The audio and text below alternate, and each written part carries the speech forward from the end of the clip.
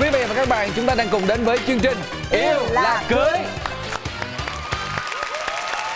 Quý vị và các bạn thân mến, qua những tuần lễ thì chúng ta cùng gặp gỡ rất là nhiều những cặp đôi khác nhau, lắng nghe những câu chuyện của họ, chia sẻ câu chuyện tình yêu của họ. Thế thì ngày hôm nay cho phép Quang Bảo được hỏi Duy Tường một câu như thế này. Theo chị á, là chị nghĩ rằng là cái chuyện mà cầu hôn á, nó có thực sự là quan trọng trước khi mà chúng ta cưới hay không? Mà nói về phụ nữ á, thì ai cũng thích được cầu hôn. Nhưng mà không phải cặp đôi nào có đám cưới mà cũng có cái cầu hôn. Ví dụ như dì Tường là đã từng đám cưới nhưng chưa được nhận lời cầu hôn. Đó, cho nên nếu như có ai đó mà đầu tư vào một cái cầu hôn nó hoành tráng, nó lãng mạn, hoặc là nó có ý nghĩa với Tường mà một cách thật sự thì Tường chắc là sẽ rung động lắm. Thì như Quang Bảo nghĩ rằng là đôi khi là Bảo đang nói cho về cánh đàn ông, đôi khi rằng là bởi vì yêu nhau lâu quá rồi thì nghĩ là cái chuyện là thôi bây giờ mình về nhà mình góp gạo mình thổi cơm chum thôi, thì đó là điều đương nhiên. Nhưng Bảo nghĩ rằng á, cái chuyện cầu hôn là một điều rất là quan trọng. Thì hy vọng rằng là tất cả những cặp đôi nào mà đang yêu nhau, mà đang có ý định kết hôn thì chúng ta hãy dành ra một cái khoảng thời gian nào đó để mà đầu tư cho một cái chuyện tuy là nhỏ nhưng mà chắc chắn sẽ khiến các cô gái nhớ mãi như thế nhá. Em nổi tiếng đi lai dạo chị. Sao con quen bạn gái mà sao ốm quá vậy? Từ từ cái chặn số em, chặn tin nhắn, rồi lắp Facebook. Ủa thôi đó. Mình tự cho mình cái quyền là được lựa chọn. Và bây giờ chúng ta sẽ đến với cặp đôi đầu tiên của ngày hôm nay. Xin mời. Ủa sao vậy? Vụ gì vậy? Vụ gì vậy? Mời chào hai bạn. Chào hai bạn. Mời hai bạn ra đây. Mời hai bạn. Mời hai bạn ngồi. Gì anh chị? Ủa mình mới diễn Sao mời ra mà tự nhiên cái anh này anh bị ra anh ngoài bị trước vậy? thì té là sao? Thực ra là do bạn em nghe tới cái việc cầu hôn á cũng bức xúc. Rồi nhéo em hả? Dạ nhéo thiệt. Hèn chi ra thấy ôm đây nè, chạy ra mình Vậy tưởng nó anh bị đau bụng hay gì anh chạy ra. Vậy là mình vô tình đó hả? Mình nói đại mà cũng đúng như bên đây nữa hả? Dạ kiểu như là đánh trúng tâm lý với em. Thế thì bây giờ... Trước tiên thì hai bạn phải giới thiệu trước chứ đúng không nè? Dạ, em tên là Trần Nguyễn Minh Trí, hiện tại đang là trợ lý giám đốc cho một công ty thiết bị y tế và đang sinh sống và làm việc tại thành phố Hồ Chí Minh. Em tên là Thanh Thủy, em hiện đang làm nhân viên văn phòng tại một công ty sản xuất nữ trang. Cơ duyên nào là hai bạn quen nhau? Thời điểm đó là cách đây khoảng 2 năm. Thì lúc đó là em đang làm ở một công việc khác ở tại một cái rạp chiếu phim. Thì lúc đó là vừa mới thất tình xong, tình cờ kết bạn được với cô này trên mạng. Trong một cái ngày nào đó cái điện thoại em nó reo lên thông báo là tự nhiên có một người mà like cái trạng thái, like hình ảnh của em, like rất là nhiều. Rồi vô xem hình này kia rồi mới nhắn tin lại, ủa làm gì mà bảo like tôi vậy. Rồi bắt đầu nói chuyện qua lại. Mà tự nhiên sao bữa đó em bảo like người ta vậy? Dạ không chị, em nổi tiếng đi lai dạo chị. Rảnh quá không biết làm gì đúng không? Rồi hai người trò chuyện bao lâu thì mình mới hẹn gặp mặt nhau ngoài đời? Chắc khoảng một tuần. Khoảng một tuần thì lúc đó em hỏi tên cô này, hỏi vị trí cô này không nói, em mới hẹn, em mới hẹn. Ảnh thích những cái gì mà thích dạng khám phá, tò mò. Thế rồi lúc mà lần gặp đầu tiên thì như thế nào? Thì lần đó là em tan ca, thì buổi tối rồi, cũng đói bụng rồi, cái cũng hẹn cô này ra đi ăn. Cái ấn tượng đầu tiên mà gặp Thủy á, thì thực sự lúc đó là nhìn nó khác hình quá, gầy, nó gầy quá. Rồi còn Thủy thì ấn tượng đầu tiên của bạn với Trí là như thế nào? Không có xíu ấn tượng nào hết trơn chị. Bởi vì lúc đó đi làm ra nhìn ổng xấu mà ổng già hơn trong hình. Bữa đó kiểu như em không muốn nhìn luôn đó chị. Vậy hả? Tại vì ví dụ như hẹn gặp đàng hoàng á, còn sửa soạn chạy chuốt. Đi làm về còn đói bụng nữa chứ. Trời ơi. Rồi sao rồi tiếp tục những lần sau đó là đến khi nào thì mới là chính thức quen nhau? Thì cũng về nói chuyện tâm sự, rồi lúc đó ông này ông đang thất tình, ông bị bồ đá, rồi cái ông này ông thích đi câu cá, rồi hay rủ ra câu cá ngồi chơi, xong nói mà mỗi lần á cái đi ra chơi cái ông hay kể ngày xưa ông được con bồ ông thế này thế kia, rồi ông hay làm như tự nhiên đi chơi nhắc bồ cũ hoài vậy. Ông nhắc hoài chị, cái nhiều khi em thấy em cũng bực nói mình cũng chia sẻ nhưng mà ở một mức độ nào đó vừa phải thôi. Cứ kể mình hoài, em lúc đó em khó chịu lắm. Sao em không chửi? Kiểu như mình này vậy tưởng tượng mà chị thì anh rảnh quá vậy anh đi kiếm nó đi, gì mà đi với tôi nhắc chuyện cũ hoài vậy? Sao kỳ vậy em? Dạ không phải là kể gì mà ý là em như là em đánh tiếng trước để không muốn lặp lại cái vết xe đổ đó. Trời ơi. Nhưng mà nếu mà vậy là đôi khi là áp đặt một cái sự so sánh lên với lại người mới đâu được. Không, lúc đó mình nói mình cũng đâu có ý gì đâu, chỉ đơn giản là kể lại. Với lại cô này cũng hỏi nữa, cô này cứ hay tò mò, cứ hay hỏi tới lắm mà. coi như sao mà Rồi. nói điên lên thêm nữa. Rồi tới lúc nào thì hai người mới vô câu chuyện chính của mình, khi nào là mới Bắt đầu tỏ tình yêu hay là nhau. gì đó, Dạ, ai không tỏ Không tình với hề ai? tỏ tình luôn chị. Bởi vậy hồi nãy em nói là em trời, sau hồi đó giờ em chưa bao giờ được anh tỏ tình một lần nào hết trơn á. Thật ra là lúc đó là kiểu như cái chuyện cái tình cảm á, nó cứ tự nhiên nó đến thôi. Rồi cái lúc mà thấy nó chín mùi á thì tự đạo là lúc đó em nghĩ là thôi tỏ tình thấy nó sến súa quá, hay là mình thì diễn tả hành động đi, mà ai về hành động nó còn sến hơn nữa. Có hành động hả? Hành động là gì? Hành động sao? Có nghĩa là cái giống hôm như đó chị. là hai đứa đi uống nước, uống trà sữa. Cô Thủy thì thích uống trà sữa lắm. Đi về thì trời mưa rất là lớn, rồi xong hai đứa tắm mưa, đội mưa đi về, mà đi về trong lúc chạy trên đường mà không biết sao cứ giang tay ra hứng mưa kia y như trong phim Hàn Quốc vậy. Tới nhà, về tới nhà em, trời mưa đứng dưới hiên nhà vậy đó, chuyện gì đến nó đến thôi. Rồi nụ hôn đầu tiên. Nụ hôn dưới mưa. Hôn đầu tiên mà dưới mưa ướt sũng luôn vậy đó hả? Nhưng mà hai bạn quen nhau tới tận lúc này ngồi ở đây là được bao lâu rồi? Dạ tháng 11 này là tụi em được 2 năm. 2 năm.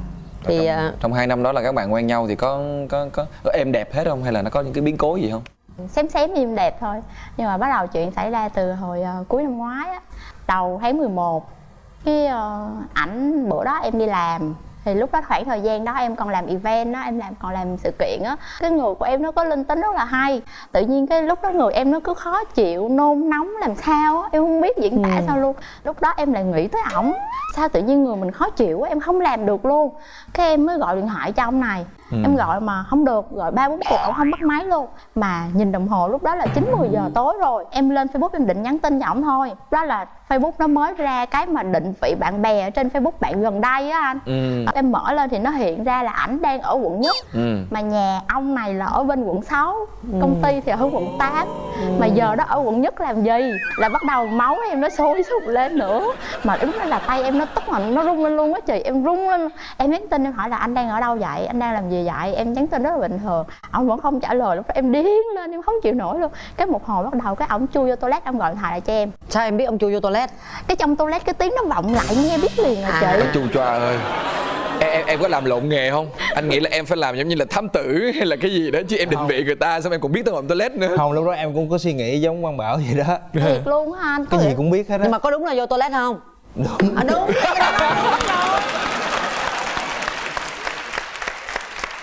Rồi sao tiếp tục cái khúc đó, vô tiếp. Ổng nói là hôm nay anh trực ở công ty, em làm bộ em kiếm chuyện á chị. Em hỏi anh ăn gì không, em mua đồ ăn lên cho anh ăn nha. Cái ông mới kêu là thôi anh không ăn gì đâu, anh ăn rồi. Em nói vậy thôi, nhưng mà ổng nói thôi, nhưng mà em cúp máy xong em vẫn đi lên đó. Trời ơi. Mà em đã biết là check in ở quận Nhất rồi mà em còn lên chi nữa? Em lên cố tình chị. rồi. Em cố tình. Em lên xong rồi em gọi điện thoại, anh ơi xuống mở cửa cho em đi, em đem đồ ăn cho anh nè. Ông cũng diễn sâu lắm. Ông kêu anh tưởng đâu là em qua nhà anh nên anh chạy về nhà nè. Trời ơi, hay quá vậy. Cái xong rồi trời ơi, lúc đó là em biết là ông này nói xạo 100% rồi. Mà em nói chị, lúc em gọi cho ổng xong là khoảng 10 giờ. Mà em tức lắm, em nhất định em chờ bằng được rồi nhá. Em nghe câu chuyện thôi em hồi hộp giùm cho bạn trai luôn. Rồi sao nữa Cái em? xong rồi em chờ tới 11 giờ mấy luôn. Trời ơi, bắt đầu em ngồi em thấy ổng đi từ xa lại rồi là trời ơi, tự nhiên cái em khóc luôn. Em vừa tức mà em vừa khóc, kiểu như mình biết là mình bị gạt á. Em nói anh đi đâu vậy? Cái kêu anh từ nhà qua đây. Cái em nói là từ nhà qua đây mà anh mặc đồ đóng thùng kiểu như vậy nè anh. Thì buổi tối mà anh lúc đầu anh nói em đang giặt đồ, mùi nước hoa còn luôn. Cái xong rồi hả, tự nhiên cái em tức em khóc lên. Bắt đầu ổng thấy em khóc dữ quá, ổng mới sợ. Ổng bắt đầu lúc mới ổng mới thú nhận là hôm nay anh đi uống nước, uống cà phê với một cô khác. Trời, em nghe câu đó xong em còn khóc dữ nữa. Em kêu vậy tại sao anh lại nói dối em? Tại sao anh lại như vậy? Cái kêu là anh sợ em buồn. Ủa sợ em buồn vậy tại sao phải đi với người khác? Rồi em càng nói em càng khóc. Rồi ổng thấy em khóc quá, em sợ, cái em tức quá, em kêu em nói vậy thôi, em biết rồi thôi. Cái em bỏ em đi về. Từ lúc đó xong bắt đầu khoảng nửa tháng sau, cái ổng thay đổi thái độ với em luôn chị. Ổng kiểu như ít nói chuyện với em, ít gọi điện, ít nhắn tin, rồi giống như là muốn chia tay vậy đó. Là theo cô kia luôn? Đúng rồi chị. Rồi cũng tránh mặt em nữa, ít gặp mặt với em luôn. Rồi em hỏi là anh có sao không, anh có chuyện gì không, thì nói hai đứa cùng giải quyết. Chứ tại sao lại như vậy, mà kiểu như là hai đứa đang không có chuyện gì xích. Mà lúc đó là cũng quen được cả năm rồi đúng không? hơn một năm hơn rồi. một năm rồi đó. Xong bắt đầu cái từ từ cái chặn số em. Chặn số luôn hả? Dạ, chặn tin nhắn, rồi lóc Facebook, cũng hơi hết. Trời ơi, Sao kỳ vậy em? bây giờ là lời thú nhận của bạn đó. Thật sự thì lúc đó là kiểu như mà trong cái tôi của mình nó hơi lớn, với lại em cảm thấy là chưa có gì ràng buộc hết. Nhiều khi mình tự cho mình cái quyền là được lựa chọn. Với lại á, là em có dắt Thủy về nhà gặp ba mẹ một lần. Thì lần đó thì mẹ không có ấn tượng tốt về Thủy cho lắm. Mẹ em á hả? Dạ.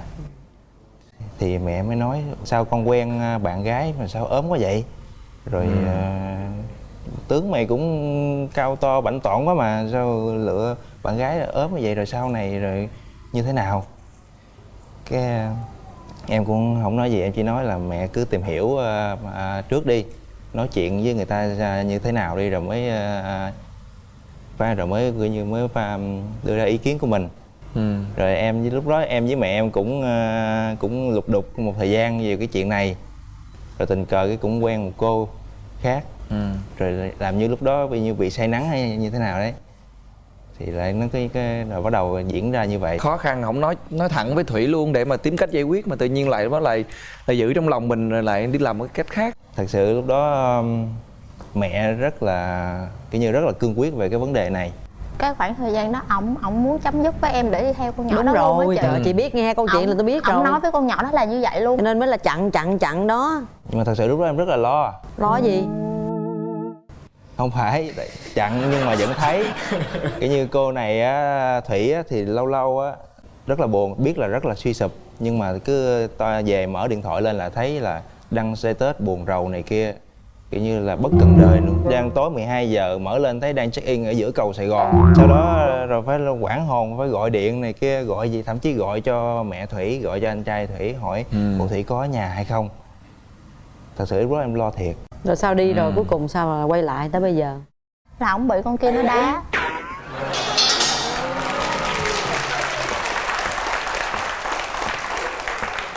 Nếu mà con kia không đá là cũng không có quay lại đâu. Nếu mà con kia không đá là ổng đi luôn. Tại vì trong thời gian ổng không, em tức thêm một cái nữa là ổng trong thời gian hai người này say nắng á, chỉ hơn 1 tháng thôi chị. Mà ổng đối với người đó rất là tình cảm hơn đối với em luôn. Tại vì sau khi mà quay lại rồi á thì nói chung là em có tìm hiểu gần 2 năm trời mà tình cảm của mình không bằng với một người chỉ 1 tháng mấy. Ảnh yêu thương mà khi mà con nhỏ đó đá ổng buồn rầu, ổng tiếc nuối đủ thứ á chị, còn trong khi đó ổng quên mình một cái một luôn á. Khi đó ổng hình của em với ổng xóa hết luôn chị. Yeah. Cảm giác giống như mình không được trân trọng á. Thật ra Bảo nghĩ như thế này. Trí dành tình cảm cho Thủy rất nhiều, nhưng mà bởi vì đôi khi là nó có những cái áp lực á trong một mối quan hệ, không chỉ là còn của hai người nữa mà dính dáng tới những người xung quanh rồi những người thân của gia đình nữa, thì mình cũng phải cân nhắc lại. Thì Trí là người bị rơi vào tình cảnh đó, thì đôi khi lúc đó là bản thân người đàn ông á cũng không biết cách giải quyết như thế nào. Một bên á thì là mẹ, một bên là người mình thương, rồi bây giờ phải làm gì bây giờ? Thôi thì một là bây giờ lẩn tránh luôn cái người mình thương và mình tìm mối quan hệ mới, mình dấn thân mối quan hệ mới. Bây giờ là lỡ có như thế nào đi chăng nữa thì cũng bất chấp luôn. Nghe thấy ngứa rồi đó. Em chỉ đang phân tích tâm lý thôi. Phân cái con khỉ. Không, từ là em hiểu. Thôi em tự bị cho tự nói đó. Em lánh mặt là tại vì bồ mới hay là em lánh mặt vì mẹ em? Thật sự lúc đó em không biết xử lý như thế nào hết, chứ không phải là. Nếu em sợ mẹ em thì bây giờ em đã hai người không có ngồi đây rồi. Không, thật sự là lần em cũng về em cũng bắt đầu là quán triệt tư tưởng với mẹ nhiều lần. Là trước khi quen cô kia hay là sau khi quen cô kia? Sau. Sau thì lúc đó lúc đó bị đá chưa? Dạ rồi. Đó bị đá rồi mới về quán triệt với mẹ, đúng hiểu không? Không phải chị, thật ra lúc đó là bắt đầu kiểu như là mình giác ngộ rồi, mình cảm thấy thôi cứ phiêu lưu cái kiểu này hoài cũng đâu có tốt lành gì. Rồi trong khi đó trước mắt mình là cái người quan tâm mình nhất, là cái người là đổ nước mắt về mình nhiều nhất. Em mới quyết định là xác định với lại Thủy luôn về đặt vấn đề tình cảm với Thủy. Rồi em mới quyết định là dắt Thủy về gặp mẹ lần thứ 2. Thì cái lần thứ 2 này thì may mắn là kiểu như mẹ cũng đã cởi mở hơn, cũng đã không phán xét gì nhiều nữa. Rồi lúc đó Thủy cũng nhận thấy cái sự thay đổi lớn giữa lần đầu tiên và lần thứ 2. Thì lúc đó tụi em mới yên tâm. Nhưng mà từ cái lúc quay lại cho đến bây giờ có khi nào em đã xin lỗi Thủy chưa về cái việc mà em đã có một cái giai đoạn? Dạ thật sự em đã xin lỗi rất là nhiều, cũng như là hứa sau này sẽ không bao giờ lặp lại cái cảnh đó một lần nữa. Nhưng mà cái đó là do em đã lạc lối rồi, bây giờ em cảm thấy là chỉ có Thủy tốt với em thì em mới như vậy, và em quyết định là hai người đã có quyết định hôn nhân rồi đúng không? Hay bây giờ ngay tại đây ngồi hôm nay thì thật sự em đã nghĩ là em có thật sự là em yêu Thủy hay không? Tại vì hồi nãy Thủy có nói là mình quen nhau dài nhưng mà em bỏ đi hết, mà em yêu cái bạn kia trong một thời gian rất là ngắn. Em có thật sự yêu Thủy hay không? Thì cân đo đong đếm mọi thứ rồi với lại tình cảm của mình lúc đó thì cũng thật sự là đã nghiêng về phía Thủy nhiều rồi, thì mới quyết định là đi tới hôn nhân. Bản thân Thủy thì sao? Thủy có nghĩ là em đã tha thứ cho chồng tương lai của mình chưa? Tại vì phụ nữ thường hay là chấp nhận chứ không có quên. Rồi em nhắm nếu vậy thì mai mốt mình lấy nhau về mình có hạnh phúc hay không? Em á, em bỏ qua, nhưng mà cái tính của ảnh nó chỉ có nghĩa là rất là khó sửa. Ảnh cái tính ảnh là thích bay nhảy á, không có thích dậm chân một chỗ. Ảnh có thích quen cô này cô kia vậy á. Em kêu là nếu mà anh cứ nhẹ hoài thì thôi, không có cưới hỏi gì nữa hết. Rồi bây giờ đó Rồi bây ở giờ... chương trình em muốn ảnh như thế nào, em mong muốn anh thay đổi gì? Em chỉ muốn ảnh là anh phải là khi mà anh đã quyết định cưới em rồi thì em chỉ biết là anh biết một mình em thôi. Em không cấm anh quan hệ, nhưng mà cái nào phải ra rõ ràng cái nói. Bạn bè thì bạn bè, ví dụ như anh có đi với uống cà phê với cô này cô kia cũng được, nhưng mà anh phải nói rõ ràng với nói em. thật đúng không? Từ phía em có điều gì không hài lòng với Thủy không? Thủy em muốn à? Thủy mong thay đổi điều gì? Em không vừa lòng gì em mới đi kiếm cái này cái kia hoài chứ. Dạ đúng rồi chị. Rồi nói với Thủy đi. Thực ra thì Thủy á, nhiều cái cũng được lắm, nói chung là cái gì cũng biết làm hết á. Cũng hiểu biết nhiều, cũng biết cái này kia là tài gia nội trợ cũng biết. Nhưng có điều là hay sanh nạnh. Say xanh nạnh hả? Hay so sánh, đặc biệt hay so sánh. Ví dụ em nhờ Thủy làm cái này là cái bắt đầu không chịu làm, nó hỏi ủa tại sao anh không làm đi, hoặc tại sao lúc trước em nhờ anh làm cái kia anh không chịu làm. Đó. Rồi thứ hai á, là cũng lười, đặc biệt là lười chăm sóc bản thân mình, cái như không có tăng cân được. Cứ ốm như vậy hoài thì lúc nào em cũng là nhắc nhở về cái chuyện là chăm lo sức khỏe cho mình. Thì bây giờ hai bạn đã chọn được ngày kết hôn rồi, từ đây đến đó thì cũng còn một khoảng thời gian thì hai mình phải tìm hiểu và mình thay đổi những cái mà đối phương không thích. Chương trình này của chúng tôi là đặt ra một cái câu hỏi yêu là cưới, là liệu rằng các bạn đã có thật sự sẵn sàng cho cái hôn nhân của các bạn hay chưa? Nếu tụi em chưa sẵn sàng thì tụi em đã không tham gia chương trình này. Thôi bây giờ trong chương trình ngày hôm nay em có dành cho em 1-2 phút cuối cùng, em muốn nói gì với vợ tương lai của em, muốn làm gì cho cô ấy không?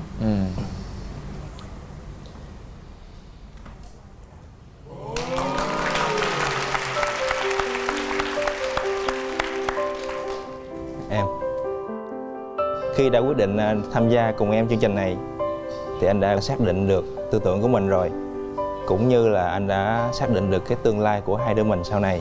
Lần này sẽ là lần cuối cùng em rơi nước mắt vì anh. Tuy nhiên đối với anh, gia đình là số 1, sự nghiệp là số 2, người yêu là em là thứ 3. Nhưng mà anh không muốn em đứng thứ 3.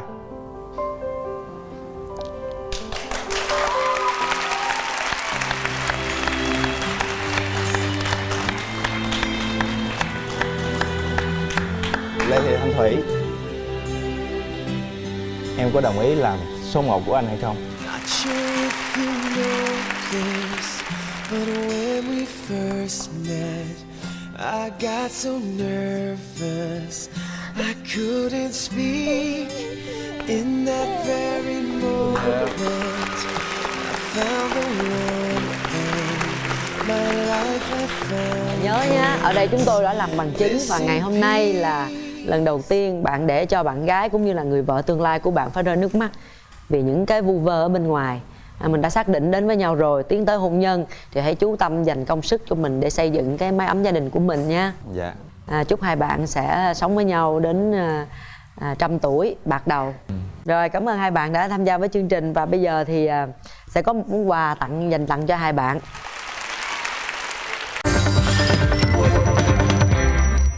Đầu tiên thì chúng ta sẽ có được là một cặp nhẫn cưới đến từ trang sức Hưng Phát USA trị giá 18 triệu đồng.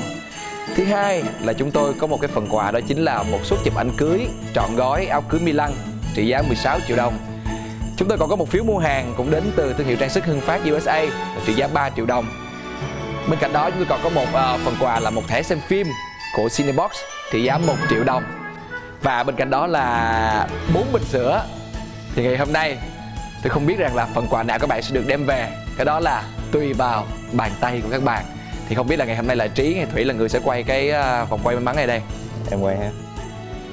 Not sure if you know this, but when we first met, I got so nervous I couldn't speak.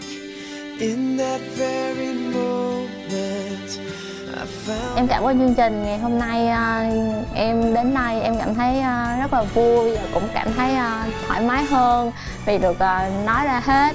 Thôi thì có bao nhiêu lỗi lầm thì bỏ qua hết để chuẩn bị cho đám cưới thật tốt nhất. Mà bây giờ lấy món quà đi. Xin mời bạn. Vỗ tay cổ vũ tinh thần nè. Quà là cái gì? Ôi từ từ. Cứ như là bạn đã nhận được một cái phần quà cũng đến từ thương hiệu trang sức Hưng Phát USA, đó chính là một phiếu mua hàng trị giá 3 triệu đồng. Cảm ơn hai bạn. Cảm ơn bạn rất nhiều. Hạnh phúc nha. Em thấy là anh này là gọi là cũng là khá ấn tượng luôn. Tự nhiên mới gặp. Dạ chào nhá em. Bật ngửa.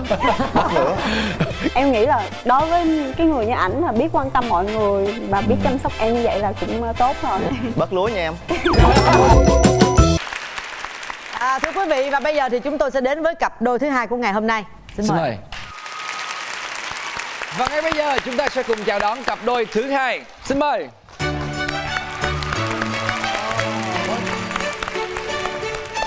Cặp này quen nè. Mời hai em ngồi đây. Xin mời hai bạn. Trời ơi. Trời ơi, mặc đồ đôi luôn kìa, dễ thương. Dễ thương quá. Ủa, chị nói quen là sao vậy? Quen, tại vì quen với chị thôi, chưa quen với em. Tại vì hai bạn này là có tham gia chương trình Mong Muốn Hẹn Hò rồi. Là coi như là đã tham gia chương trình của chị rồi. Mà có phải là một cặp trong ngày hôm đó không? Tụi em quen chéo. Chương trình mới, phải giới thiệu lại. Dạ rồi. Em tên là Đặng Nguyễn Thái Dương, năm nay 34 tuổi. Hiện là làm ở ban quản lý của một cái chuỗi siêu thị. Dạ em tên Đặng Nguyễn Thái Dương, sinh 1984. Chứ giờ em chỉ yêu đúng 2 người thôi. Yêu đúng mới có 2 người thôi. Hết giờ. Hết thời. Không hiểu sao là gặp lại thì nhìn thấy chị có vẻ đẹp hơn xưa hả chị Tường? Đây là bạn gái của em. Em xin tự giới thiệu, em là Trần Thị Hồng Yến. Năm nay em 30 tuổi. Công việc của em là kế toán kho của một công ty khóa cửa. Dạ em tên Yến. Yến. Ôi 27 mà sao nhìn nhí dữ vậy? Không có thiếu ngủ nhưng mà thích ngủ anh.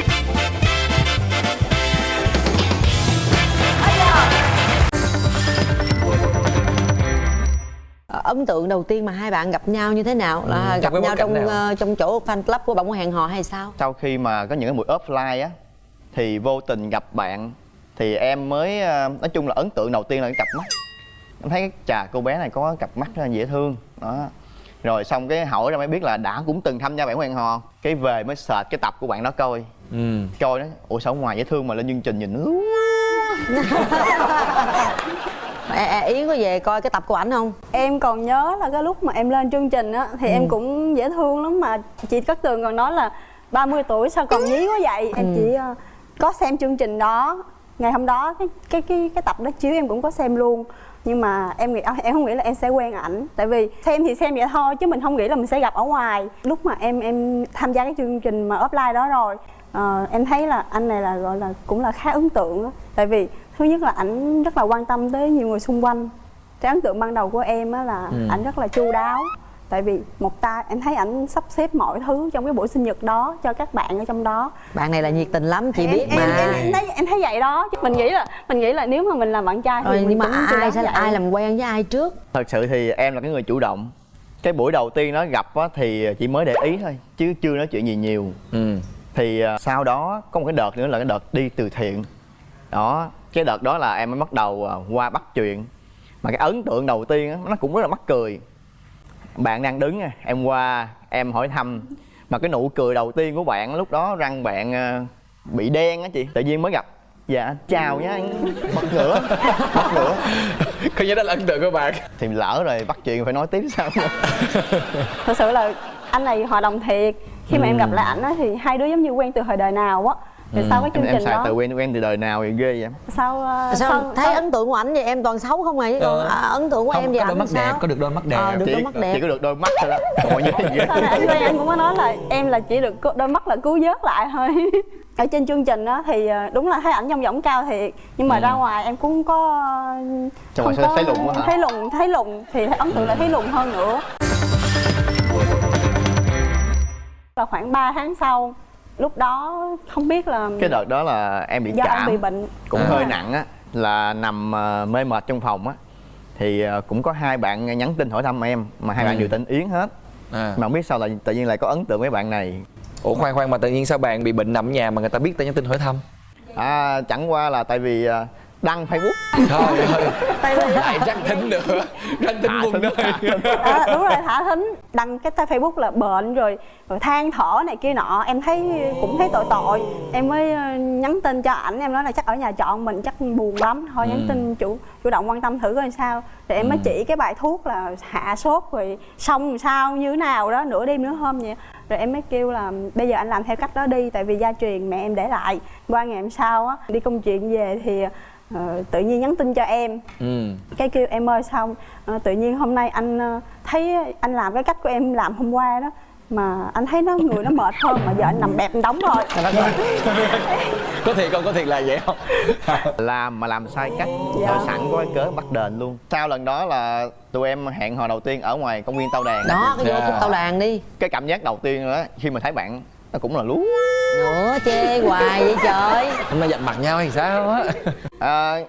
Lúc đó ngày xưa bạn không được như vậy đâu, từ tóc tai trang phục nhìn nó lúa lắm. Lúc đó cũng biết giả bộ lắm, xe đông á, ga lăng á, nắm tay dẫn qua đường rồi mới được nắm tay lần đầu tiên. Hung chị nào hung? Chưa chị. Cái một lát nữa cái giả bộ coi chỉ tay, mà vừa cầm bàn tay lên là ấn tượng nữa. Cầm bàn tay lên, trời bàn tay xấu như khúc củi. Nữa chê nữa lắm gì vậy trời? Cái gì vậy? Gì đang xảy ra trong chương trình của tôi vậy? Từ đó em đặt tên bạn em luôn, là kêu bằng tên là bằng khúc củi luôn. Nhưng mà kèm thêm 2 chữ nữa chị, có đáng yêu nữa. Tuổi đáng yêu. Tại vì em á là giống như là bẩm sinh là tay em đã xấu sẵn rồi, thì em biết là cái khuyết điểm của mình. Đẹp mà gì Không. đó. Bây giờ Xài đỡ rồi đó 180 củ kem mới được như vậy. Tại vì em biết khuyết điểm của mình, nhưng mà khi mà ảnh đòi nắm tay á thì em không có cho. Em nói là thôi nắm chi, từ từ nắm. Em nói thôi vậy cho anh mượn tay anh xem chỉ tay đi. Là em mua kem cho bạn Dũng đó giờ hay là sao, hay là chê quá người ta tự mua? Chơi quá tự mua chị. Không thì ảnh cũng không có biết nhiều đâu. Nói chung là em biết khuyết điểm của mình. Là sau cái lần Tao Đàn đó là chính thức hẹn hò nhau, yêu nhau đó. Dạ, Chưa sau luôn cái lần hả? Tao Đàn đó là bắt đầu cái tình cảm với nhau rồi đó. Có một cái điểm mấu chốt mà tự nhiên em cảm thấy thích bạn á, là về cái tính tình và cái ý chí của bạn. Tức là bàn tay của bạn có những cái vết thẹo ở đây nè. Em hỏi tại sao? Thì ngày xưa ở nhà khó khăn á, đi cắt cá người ta mà bị đứt tay rất là sâu, nhưng mà ngày hôm sau vẫn phải tiếp tục công việc thì rất là nhức.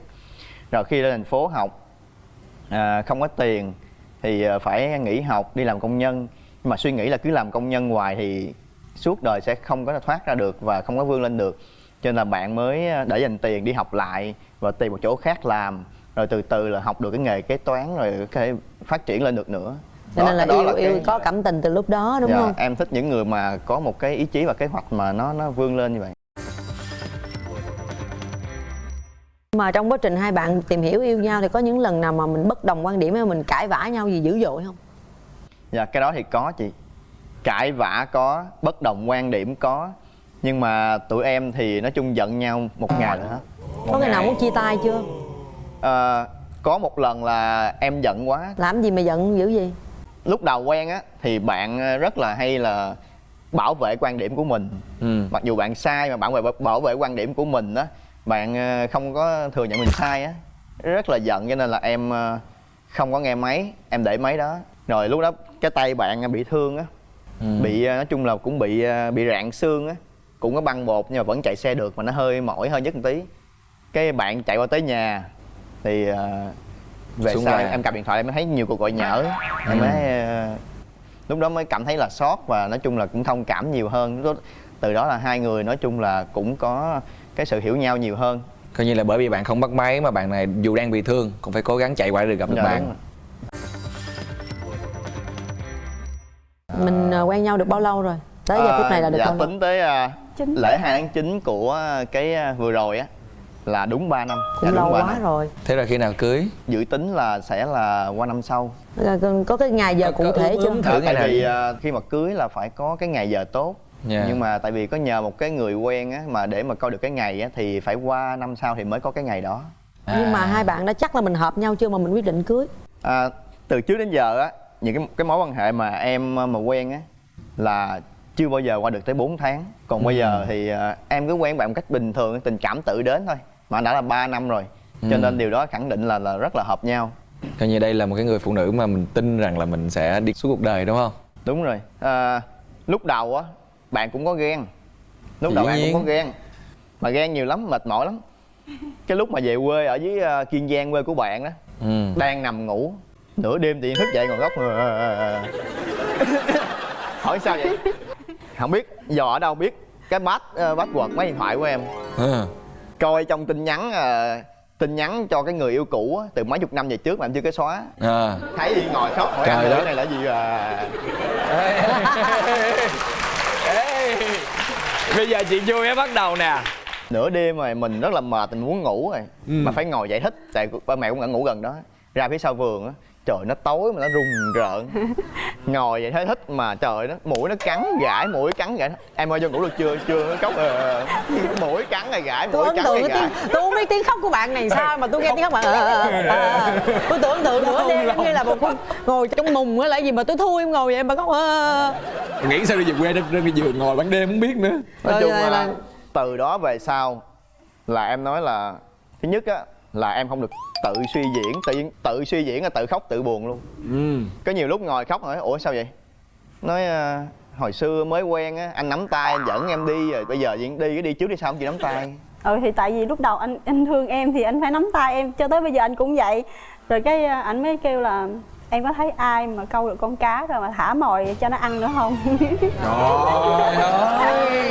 Ủa sao kỳ vậy? Tôi nghĩ là nếu mà đã yêu nhau mà càng yêu nhau lâu á thì phải càng cố gắng thay đổi để mà làm những cái chuyện lãng mạn hơn, để mà coi như cái mối tình mình nó đẹp hơn. Cái chứ lúc tự cái nhiên tay người ta là cái khúc gỗ á thì nắm hoài.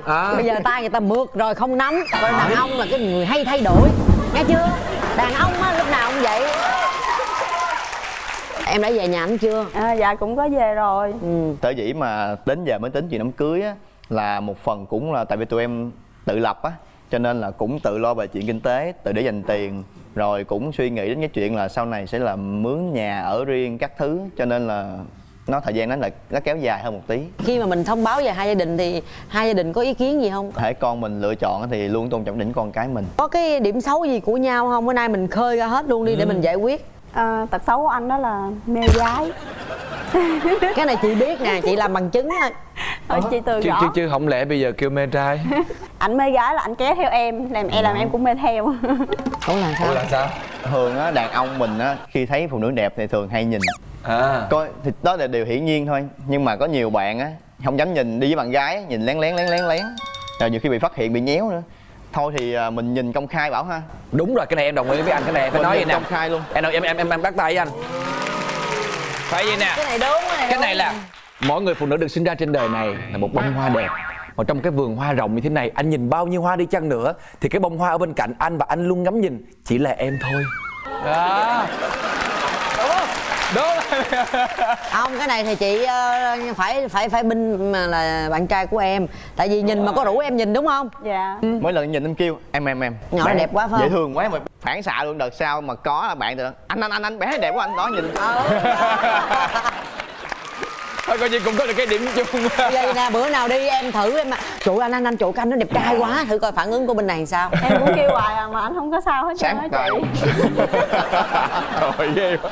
Rồi còn cái tật xấu gì em không vừa lòng với ảnh nữa không? Thật sự thì đối với ảnh á thì em nghĩ là đối với cái người như ảnh là biết quan tâm mọi người và biết chăm sóc em như vậy là cũng tốt rồi. Là tốt rồi, thôi đi coi ngày cưới được rồi. Còn em, còn cái điều gì em chưa hài lòng không? Bỏ mấy cái từ lúa với lại là em chỉ mong muốn là bạn mình là nói chung là sẽ chăm sóc bản thân nhiều hơn, trau chuốt bản thân nhiều hơn. Mình chăm sóc bản thân từ sức khỏe cho tới vóc dáng tới nhan sắc thì nó sẽ ok hơn. Thật ra chia sẻ với cặp đôi này nãy giờ thì thấy là cặp đôi này khá là chín chắn và chững chạc. Mà với lại mình là hai cá thể khác nhau, không thể nào mà phù hợp nhau 100%.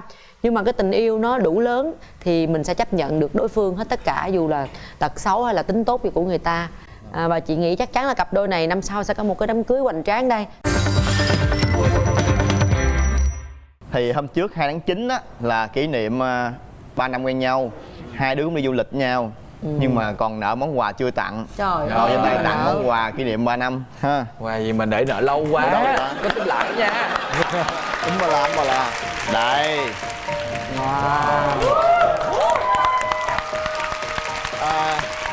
Đây là món quà kỷ niệm 3 năm quen nhau. Anh hy vọng là với món quà này thì tình cảm mình nó sẽ khăng khít hơn và bền chặt hơn. Bớt lúa nha em.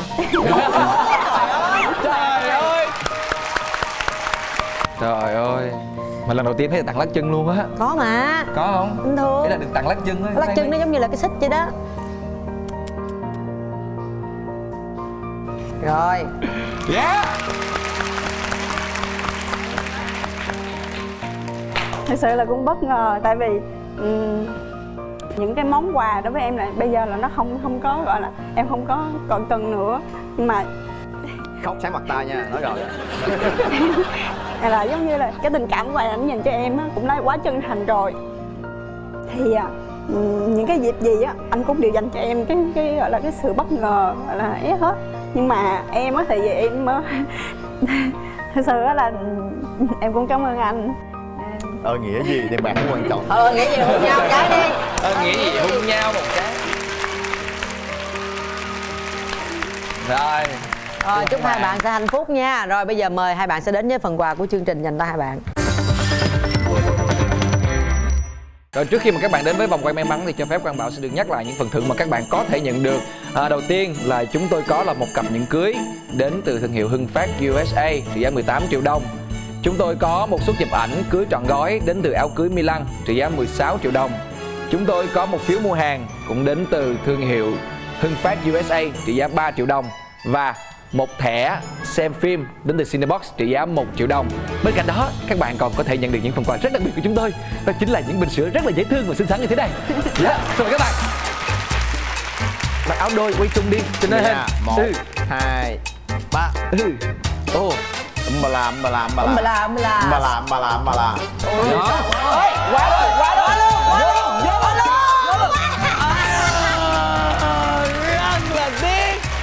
Mém một tí nữa thôi là các bạn đã nhận được một suất chụp ảnh cưới trọn gói trị giá 16 triệu đồng đến từ áo cưới Milan rồi. Nhưng mà không sao, có bình sữa rồi thì Cảm ơn hai bạn đã nhận được phần quà rất đặc biệt từ chương trình. Thưa quý vị, và bây giờ thì thời lượng của chương trình đã hết. Hẹn gặp lại quý vị trong khung giờ quen thuộc, đó là 15 giờ thứ Bảy hàng tuần trên kênh HTV7. Và các bạn hãy nhớ theo dõi những thông tin của chúng tôi về những cặp đôi vô cùng dễ thương trên fanpage Yêu Là Cưới các bạn nhé. Và nếu như các bạn muốn tham gia chương trình thì các bạn cũng có thể đăng ký với chúng tôi thông qua fanpage. Và nếu như các bạn có bỏ lỡ bất kỳ một số nào thì các bạn cũng có thể theo dõi lại trên kênh YouTube của MCV Media. Và các bạn hãy nhớ là bấm nút subscribe các bạn nhé. Và bây giờ xin kính chào và hẹn gặp lại.